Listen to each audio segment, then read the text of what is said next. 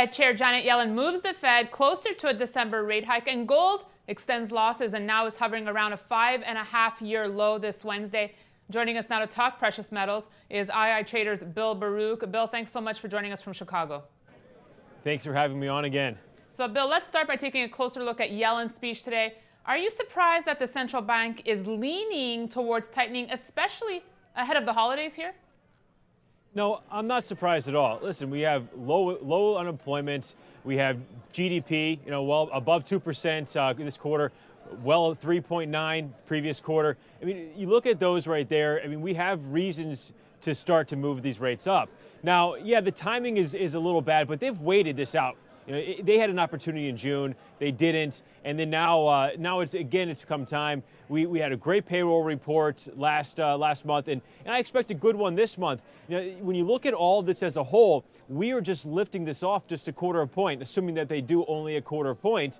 They wouldn't do more, but just this gets them off the ground. It's necessary to do.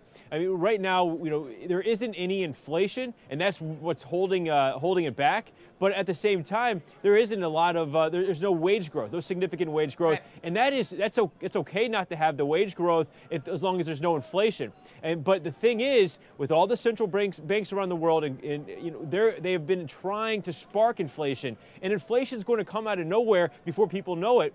And they need to be able to fight that in the sense of having higher wage growth. And be able to do that, they need to have more certain policy. So what they're doing by lifting off in December is making policy more certain, and I think that's going to build the stepping stone for a better economy going forward. Well, let's look at the precious metals landscape here. We have silver below $14 an ounce now. Gold fell again today, and it still has to go up against the ECB's press conference coming up and Friday's non-farm payrolls report. How do you see the metal set up here ahead of this heavy data week?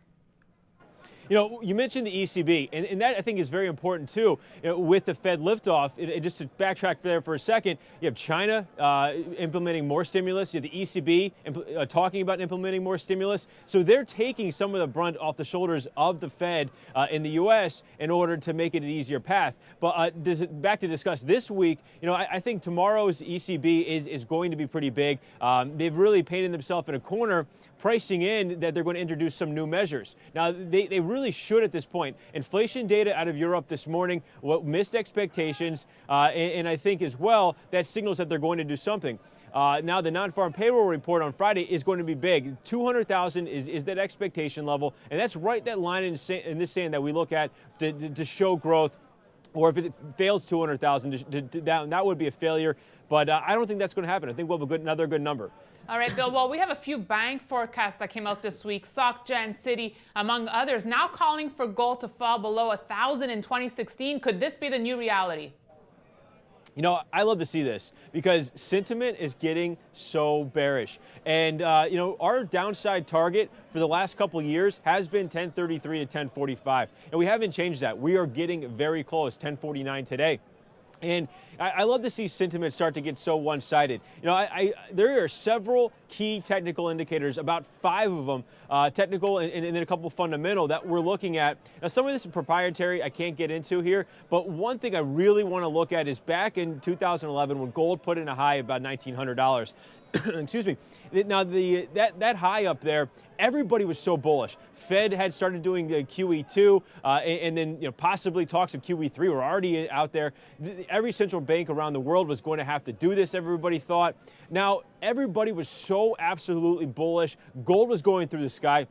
Now, the reality was, if everybody's so bullish, who is left to buy? And I'm taking that into here as well a little bit. Now, we're below 1,100. The market's moved lower. Sentiment is just so bearish. You're seeing these targets move lower. And I think this is very interesting because everybody thinks that the Fed is going to lift off and gold is going to continue to plummet. Well, I don't think that's going to be the case for a bunch of reasons. But now everybody's so bearish. And now who is left to sell? Now, that's what I'm going to look at there.